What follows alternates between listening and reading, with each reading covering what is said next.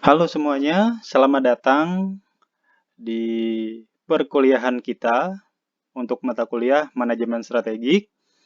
Mata kuliah ini diampu oleh Bapak Dr. Rinto Alexandro, SMM, dan juga saya sendiri, Pendi Haryatama. Ini adalah pertemuan kedua kita untuk mata kuliah Manajemen Strategik, dan dalam pertemuan kali ini Bapak akan buatkan dalam bentuk video. Nah, video ini akan Bapak upload di YouTube. Tujuannya sederhana, karena beberapa kali pertemuan dan juga mata kuliah yang lain, rekan-rekan mahasiswa banyak terkendala di jaringan. Jadi ketika mengikuti perkuliahan secara daring, kemudian menggunakan Zoom ataupun aplikasi lainnya, itu ada beberapa yang tidak bisa hadir, kemudian tidak bisa menyimak dengan jelas. Nah, makanya Bapak mencoba untuk membuatkan video seperti ini. Jadi video ini bisa tetap diakses di hari-hari selanjutnya, jadi kalian tidak akan ketinggalan materi. Nah, kita akan masuk saja untuk manajemen strategik. Manajemen strategik sebenarnya fokusnya adalah pada pencapaian tujuan organisasi, pengembangan kebijakan dan perencanaan untuk mencapai sasaran, serta mengalokasikan sumber daya untuk menerapkan kebijakan dan perencanaan pencapaian tujuan organisasi. Sehingga manajemen strategik sebenarnya mengkombinasikan aktivitas-aktivitas dari berbagai bagian fungsional suatu bisnis untuk mencapai tujuan organisasi. Jadi seperti di video yang lain, di mata kuliah yang lain saya jelaskan bentuk PPT yang Bapak buat ini memang panjang seperti itu, menggunakan teks seperti ini, karena kalau cuma Bapak ngomong takutnya kalian susah nangkep, lupa, jadi kalian bisa sambil baca, kalian bisa sambil tulis ataupun kalian screenshot untuk dijadikan materi untuk kalian. Nah, kalau kita berbicara tentang pengertian manajemen strategik adalah seni dan pengetahuan dalam merumuskan, mengimplementasikan, serta mengevaluasi keputusan-keputusan lintas fungsional yang memungkinkan sebuah organisasi untuk mencapai tujuan. Kembali lagi ya, bahwa sebenarnya untuk mencapai tujuan dari sebuah organisasi. Jadi organisasi itu tujuannya apa? Nah, cara mencapainya, cara menggapai tujuan itu adalah dengan manajemen strategik yang dilakukan oleh pihak perusahaan sendiri. Nah, jadi di awal Bapak akan sampaikan salah satu referensi untuk perkuliahan kita adalah buku dari Friedrich David ya. Nah, ini contohnya seperti ini, dan banyak sebenarnya buku-buku dari David ini dan juga dari yang lain. Ya, jadi ini adalah salah satu yang Bapak ambil. Kalian bisa berbelanja ya, beli di toko buku atau di toko online. Jadi ini harganya ya di bawah 50.000 kalau tidak salah ya. Bapak juga masih pesan satu tapi belum datang masih. Nah, selanjutnya kita akan membahas manajemen strategi dari berbagai ahli. Jadi tidak hanya satu referensi. Kita berbicara yang pertama adalah Thomas Wieland dalam bukunya Strategic Management and Business. Kemudian ada juga buku yang ditulis oleh Bambang Haryadi mengenai strategi manajemen, dan juga bukunya Mulyadi dalam akuntansi manajemen juga ada menyinggung tentang manajemen strategi ini. Nah, jadi rekan-rekan mahasiswa, karena sekarang kita kondisinya pandemi seperti ini, untuk pertemuan tatap muka jelas tidak memungkinkan. Jadi memang kalian dituntut untuk benar-benar belajar mandiri, mencari sumber referensi dari berbagai macam, dari internet, dari buku, dan lain sebagainya. Jadi memang kemampuan kalian sebagai mahasiswa untuk lebih giat lagi karena kondisinya yang tidak memungkinkan seperti ini. Nah, kita berbicara tadi tentang Thomas Wieland. Dalam bukunya mengatakan bahwa manajemen strategi adalah serangkaian daripada keputusan manajerial dan kegiatan-kegiatan yang menentukan keberhasilan perusahaan dalam jangka panjang. Kegiatan tersebut terdiri dari perumusan, atau perencanaan strategi, pelaksanaan atau implementasi, dan juga evaluasi. Nah, jadi keputusan dalam manajemen strategi ini tidak lagi secara individu, tapi menggunakan keputusan manajerial. Jadi keputusannya sudah manajerial seperti itu. Keputusan manajerial itu keputusan yang memikirkan banyak aspek. Jadi tidak hanya memikirkan individu seorang saja, tapi memikirkan banyak aspek seperti itu. Aspek seperti apa? Yaitu aspek yang ada dalam perusahaan. Sehingga dari kajian tersebut dilihat perumusannya seperti apa, pelaksanaannya seperti apa, sampai nanti dievaluasi bahwa strategi ini bagus tidak, berhasil tidak, seperti itu. Nah, berdasarkan Bambang Haryadi, dalam bukunya tadi mengatakan juga, manajemen strategi adalah suatu proses yang dirancang secara sistematis oleh manajemen untuk merumuskan strategi, menjalankan strategi, dan mengevaluasi strategi dalam rangka menyediakan nilai-nilai yang terbaik bagi seluruh pelanggan untuk mewujudkan visi organisasi. Jadi kembali lagi, bahwa strategi itu direncanakan, diterapkan, kemudian dilakukan evaluasi. Tujuannya yaitu untuk mencapai tujuan perusahaan, tujuan organisasi. Jadi kalau misalkan organisasinya kita berbicara lingkupnya adalah perusahaan, bagaimana mungkin tujuan perusahaan itu adalah mendapatkan profit yang tinggi, keuntungan yang tinggi, seperti itu. Nah, kemudian menurut Mulyadi, manajemen strategi adalah suatu proses yang digunakan oleh manajer dan karyawan untuk merumuskan dan mengimplementasi strategi dalam penyediaan customer vault terbaik untuk mewujudkan visi organisasi. Jadi untuk mewujudkan visi organisasi melewati ini tadi, customer value. Jadi apa ya, customer value ini nilai. Nah, nilai dari customer itu sendiri. Jadi bagaimana kita memberikan yang terbaik kepada customer kita sendiri untuk mewujudkan visi organisasi. Jadi sebenarnya dari beberapa ahli itu pendapatnya kurang lebih aja, tinggal kita menyimpulkan. Nah, kalau berbicara menyimpulkan, langsung saja. Iya, ini akan menjadi tugas ya. Jadi tugas mandiri yang pertama adalah deskripsikan apa itu manajemen strategi menurut saudara setelah mendengar beberapa pengertian manajemen strategi menurut beberapa ahli di atas. Dan itu bisa kalian tambah ya, referensinya dari lain bisa kalian tambah. Nah, kemudian kalian coba deskripsikan menurut kalian apa itu manajemen strategi. Tapi materi kita tidak habis di sini ya, jadi memang sengaja Bapak bikin soal di tengah-tengah biar tujuannya kalian benar-benar menyimak materinya seperti itu. Dan untuk pertanyaan, kalau misalkan ada yang ingin ditanyakan, silahkan bisa di classroom kita atau langsung di komentar di bawah. Itu boleh kalian ajukan pertanyaan. Nah, selanjutnya, oke ini. Kita break sebentar untuk materi. Jadi, ini bukan endorse ya, bukan iklan. Jadi ini memang Bapak berikan tambahan wawasan. Jadi silahkan adik-adik semua ataupun siapapun yang melihat channel ini untuk berkunjung ke jurnal kami, jurnal kita, yaitu Jurnal Pendidikan Ilmu Pengetahuan Sosial, Jurnal PIPS Universitas Palangkaraya. Jadi saya inisiatif juga untuk ikut menyampaikan ini karena jurnalnya bagus dan saya sangat salut juga dengan Bapak Wakil Dekan kita begitu aktif seperti itu untuk mengcover semuanya, menjadi memotivasi juga seperti itu untuk bekerja. Nah, makanya saya ikut untuk mempromosikan bahwa ini menurut saya bagus seperti itu. Saya bisa referensikan untuk adik-adik semua. Oke, silahkan. Nanti linknya mungkin saya akan taruh di deskripsi untuk dibuka atau diklik untuk dibaca-baca seperti itu. Baik, kita akan lanjut. Nah, kita akan berbicara tentang tujuan dari manajemen strategi. Jadi tujuan dari manajemen strategi itu ada 4 kalau menurut Suwandianto ya dalam bukunya yang diterbitkan pada tahun 2010. Yang pertama itu adalah memberikan arah pencapaian tujuan organisasi atau perusahaan.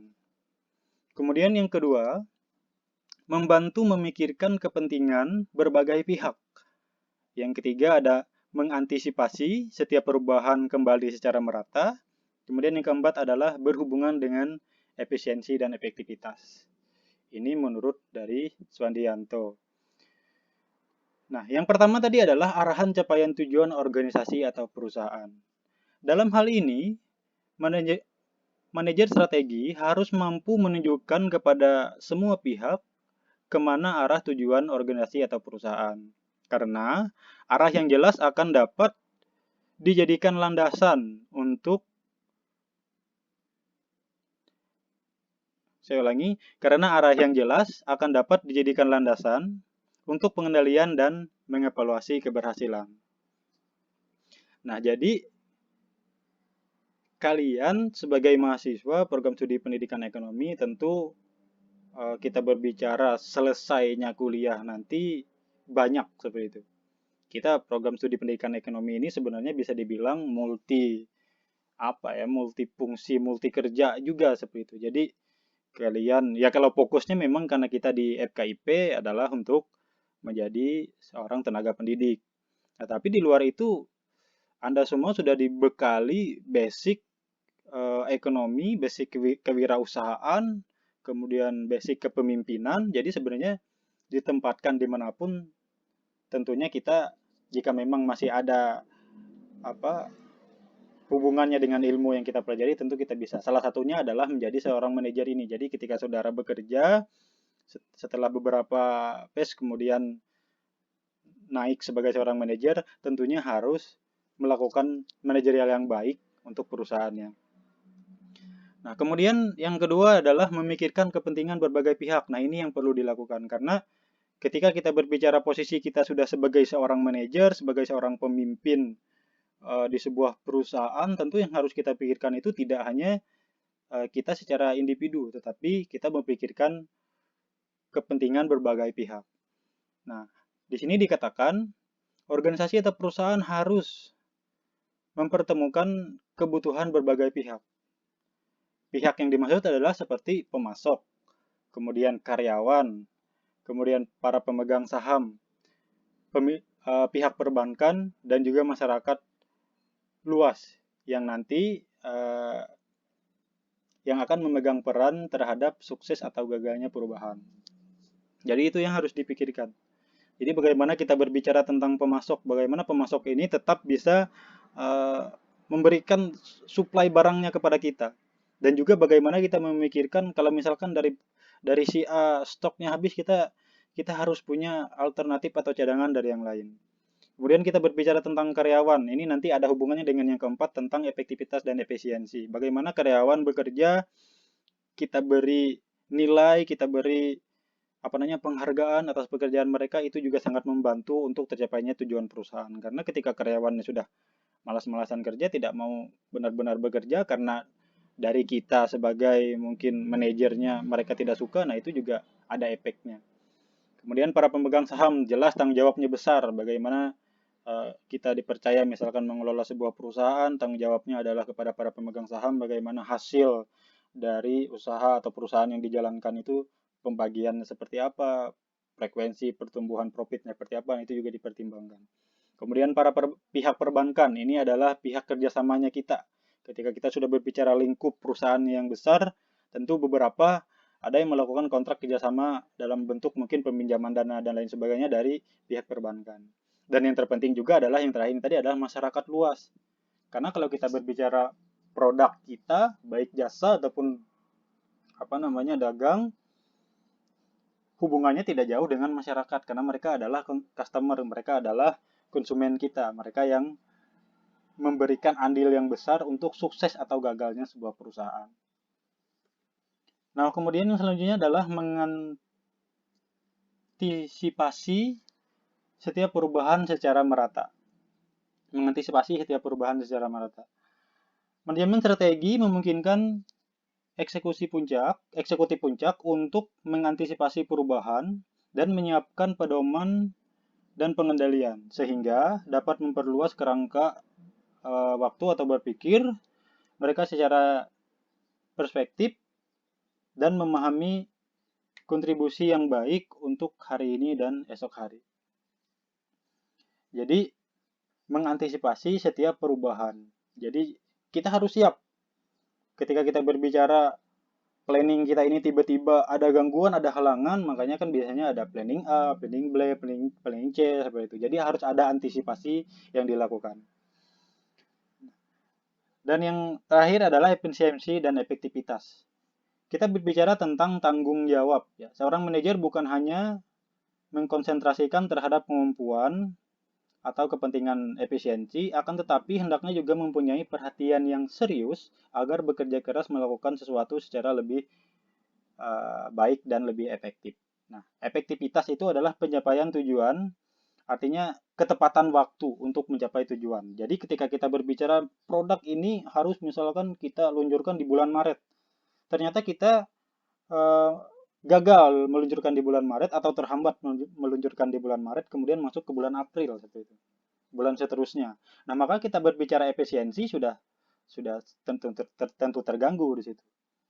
Penggunaan sumber daya yang harusnya seminim mungkin ini adalah penggunaan sumber daya minim guna mencapai hasil yang optimum atau hasil yang maksimal, itu jadi terhambat karena mungkin biaya produksi, biaya promosi dan lain sebagainya akan meningkat. Tapi itu juga ada dipelajari, mungkin kalian sudah mempelajari atau akan segera mempelajari di mata kuliah akuntansi biaya dan mata kuliah yang lainnya.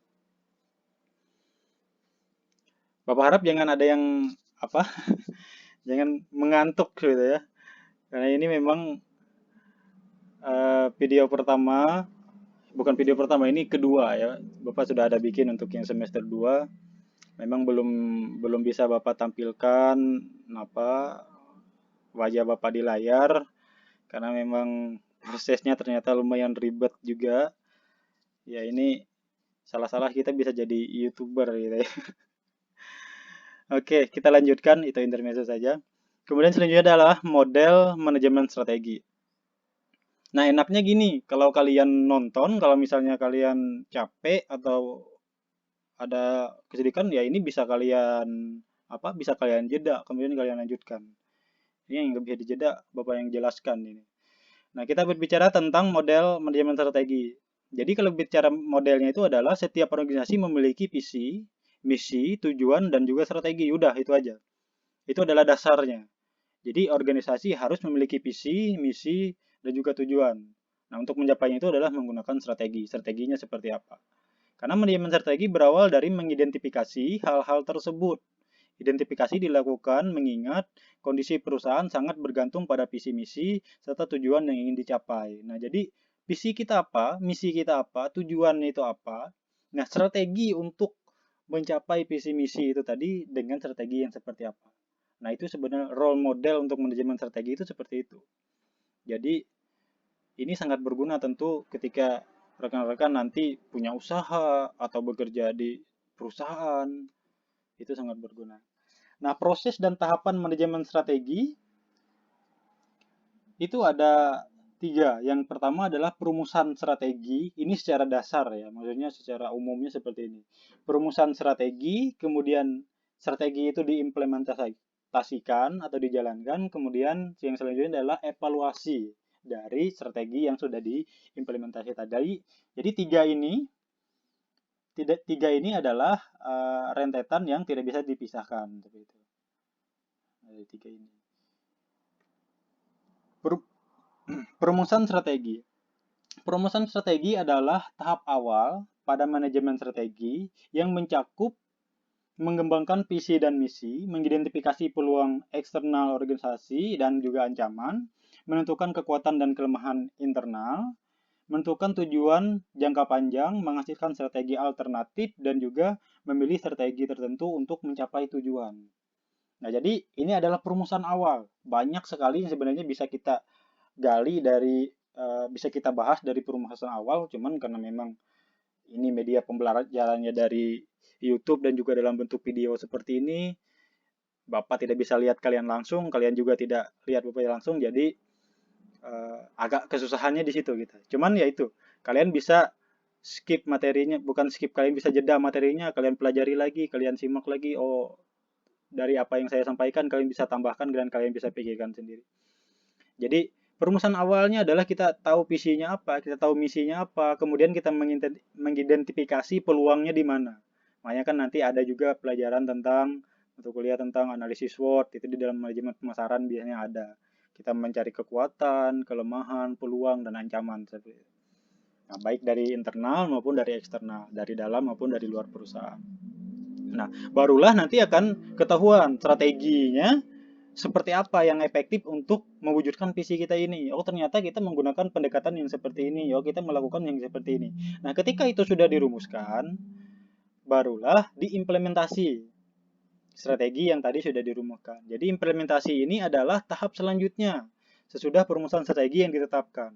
Penerapan strategi ini memerlukan suatu keputusan dari pihak yang berwenang atau pihak para petinggi perusahaan dalam mengambil keputusan untuk menentukan tujuan tahunan.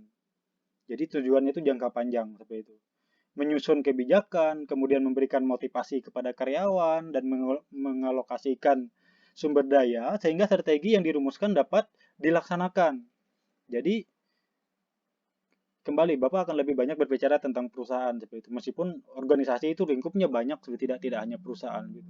Kita ketika sudah punya planning, ini yang menjalankan siapa, divisi mana yang akan menerapkan ini, apakah ini bagian pelayanan, apakah ini bagian pemasaran, apakah ini bagian lapangan. Nah, tentu karyawan ataupun pihak-pihak yang melaksanakan ini harus diberikan pemahaman, diberikan motivasi, semangat kerja untuk melakukan itu. Contoh misalnya kayak kita, kalau misalnya kalian belum masuk ke lingkup perusahaan, kita berbicara lingkup kampus saja.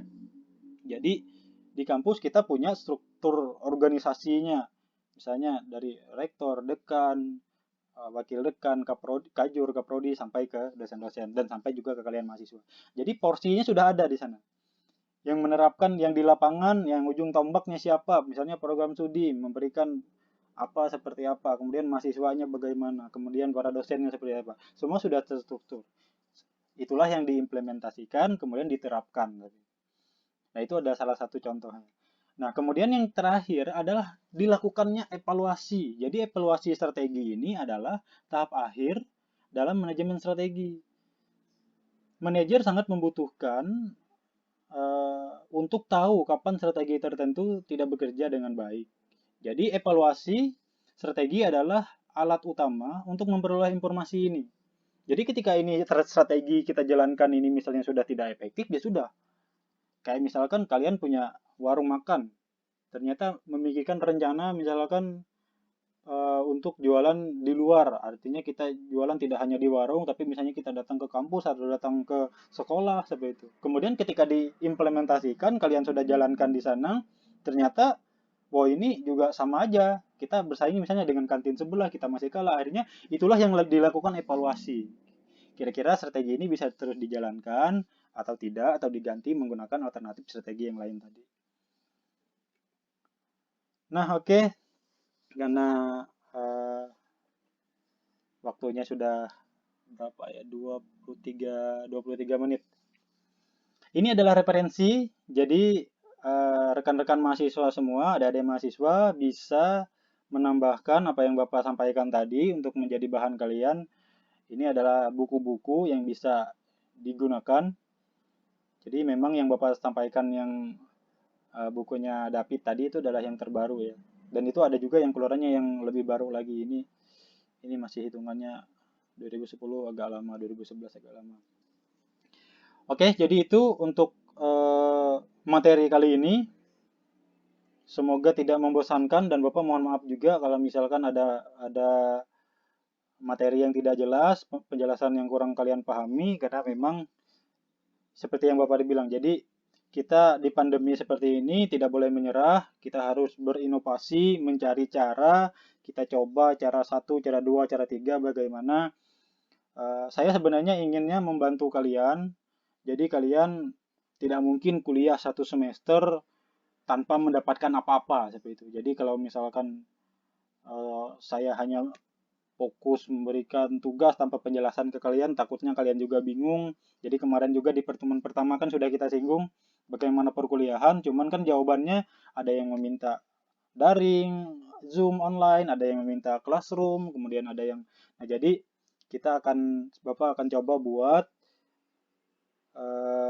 berbagai alternatif. Jadi misalkan hari ini kita Classroom, besok kita Zoom, minggu depannya kita dalam bentuk video seperti ini. Jadi mungkin di situ ada kelihatan nanti. Nah, ini kan salah satu strategi juga sebenarnya. Ini adalah salah satu strategi, kemudian Bapak implementasikan. Nah, setelah Bapak implementasikan, nanti akan saya evaluasi dari berbagai kegiatan yang kita lakukan tadi, yang mana kira-kira yang efektif, yang mana yang kira-kira memberikan manfaat untuk kalian dan juga tidak menghilangkan kewajiban saya sebagai pendidik kalian. Apalagi untuk mata kuliah ini, Bapak diawasi atau misalkan diawasi bukan diawasi ya didampingi oleh Pak Rinto yang seperti adik-adik tahu semua beliau adalah wakil dekan kita. Jadi ya Bapak berusaha untuk memberikan yang terbaik, yang maksimal yang Bapak bisa gitu. Nah, ini adalah soal yang kedua. Jadi lanjutan. Jadi setiap saya bikin video, saya akan terapkan soal. Saya akan buatkan soal. Jadi biar kalian juga ilmunya masih bisa lengket. Oh, tadi pertanyaannya apa, kemudian kalian jawab. Jadi sebenarnya ini ada semua yang dari kita bahas. Soal yang nomor dua adalah bagaimana menerapkan manajemen strategi dalam perkuliahan. Nah, ini menurut kalian. Ini silahkan kalian berkreasi, kalian jawab dengan kemampuan kalian. Apalagi ini kan sudah semester, harusnya ini kan semester 8. Ini ada semester 6 juga yang ambil. Nah, tentu sudah beda lah pemikirannya. Jadi jawabannya harusnya lebih bagus. Jadi ada dua soal ya. Ada dua soal. Nah, cara mengerjakan soalnya, teknisnya seperti apa? Nah, ini dia. Soal ini tolong ditulis tangan. Tapi ini Bapak sampaikan ya, saya bukan anti teknologi, saya bukan anti ketik mengetik ya. Kita kalau sudah pertemuan tatap muka ya kita akan ketik mengetik aja biar nggak ribet. Cuman karena ini daring, kalian juga saya tidak tahu aktivitasnya apa, jadi biar kalian ada aktivitas dan benar. Tapi sebenarnya tulis tangan ini juga manfaatnya bagus. Jadi ketika kalian baca referensinya dari mana, kemudian ketika kalian nulis kan kalian baca 2 kali sebenarnya. Jadi itu akan lebih menempel lagi di kepala sebenarnya. Jadi silahkan tulis tangan. Tugasnya tadi ada 2 tugas. Di mana tugasnya tadi silahkan kalian mundur lagi videonya untuk melihat. Kemudian di scan dalam bentuk PDF, dalam format PDF, tulis tangan. Selesai kalian scan. Jadi ini tidak meribetkan kalian ya, karena scan sekarang itu bisa menggunakan handphone. Jadi kalian nggak perlu ke rental, ke warnet atau ke tukang printer untuk minta di scan kan, enggak. Kalian bisa scan lewat handphone. Kemudian kalian kirimkan ke email saya. Jadi tugas kuliah pakpendi@gmail.com. Kirimkan ke sini. Nah, dan itu pun juga kalian tidak ngirimnya hari ini. Hari ini Rabu, ini tanggal 17, saya kasih batas bisa dikirimkan paling lambat pada hari Senin depan tanggal 22 Maret 2021. Jadi ini saya juga mencoba untuk mengajarkan kalian membiasakan diri untuk scan PDF lah, kemudian kirim email dan lain sebagainya, karena jujur kita kan memang tidak kuliah di bidang IT, tapi paling tidak kita basic-basic seperti ini harus tahu. Dan caranya biar kita tahu, biar kita bisa adalah kita harus terbiasa. Nah, oke. Sekian untuk pertemuan kali ini. Untuk materi yang dapat saya sampaikan memang entah ini singkat atau ini kepanjangan menurut kalian saya tidak tahu. Cuman kalau di jam yang sebenarnya kalau kita pertemuan tatap muka kan waktunya lebih dari ini. Cuman karena ini tidak tatap muka, saya pembelajarannya cuma satu arah, saya cuma ngomong, kemudian kalian cuma dengar. Nah, mungkin kita akan beda dengan yang kita tatap muka. Jadi silahkan kalau misalkan ada pertanyaan, disertakan di kolom komentar, atau misalkan lewat Google Classroom, silahkan untuk ditanya. Jadi lebih ke lebih ke fleksibel sih mungkin kita untuk tanya jawabnya. Jadi tidak hanya untuk sesi mata kuliah ini aja. Jadi besok pun kalau misalkan kalian ada pertanyaan, kalau memang Bapak sempat untuk bukanya ya Bapak jawab, karena yang Bapak pegang juga mata kuliahnya lumayan banyak. Oke, sekian untuk materi kali ini. Semoga membantu. Mohon maaf ada salah-salah kata atau ada yang masih dibingungkan, silahkan ditanyakan. Ini silahkan kalian subscribe, silahkan kalian like gitu ya. Mana tahu Bapak jadi YouTuber. Enggak ya, bercanda saja. Jadi ini hanya untuk untuk bahan kita, jadi bisa kalian akses di kemudian hari jika memang ada yang dibingungkan. Dan saya juga mohon maaf mungkin jika Pak Rinto melihat ada materi yang mungkin masih keliru atau ini, karena ini memang mohon maaf Pak, ini baru-baru. Ini saya juga masih belajar, cuman ya semoga nanti ketika sudah terbiasa kita akan buat lebih bagus lagi, lebih rapi lagi. Ya tujuannya memang, ya makanya saya bilang tadi, tujuannya adalah mencoba untuk melakukan inovasi, kemudian diimplementasikan apa yang sudah saya pikirkan. Ketika memang ada kekurangan nanti akan dilakukan evaluasi. Oke, terima kasih mahasiswaku semuanya. Sukses selalu untuk kalian. Sekian untuk pertemuan kali ini. Yang hadir, jangan lupa dituliskan namanya di bawah. Mungkin formatnya akan saya sampaikan melewati komti kalian atau melewati grup kita. Terima kasih. Selamat pagi, salam sehat.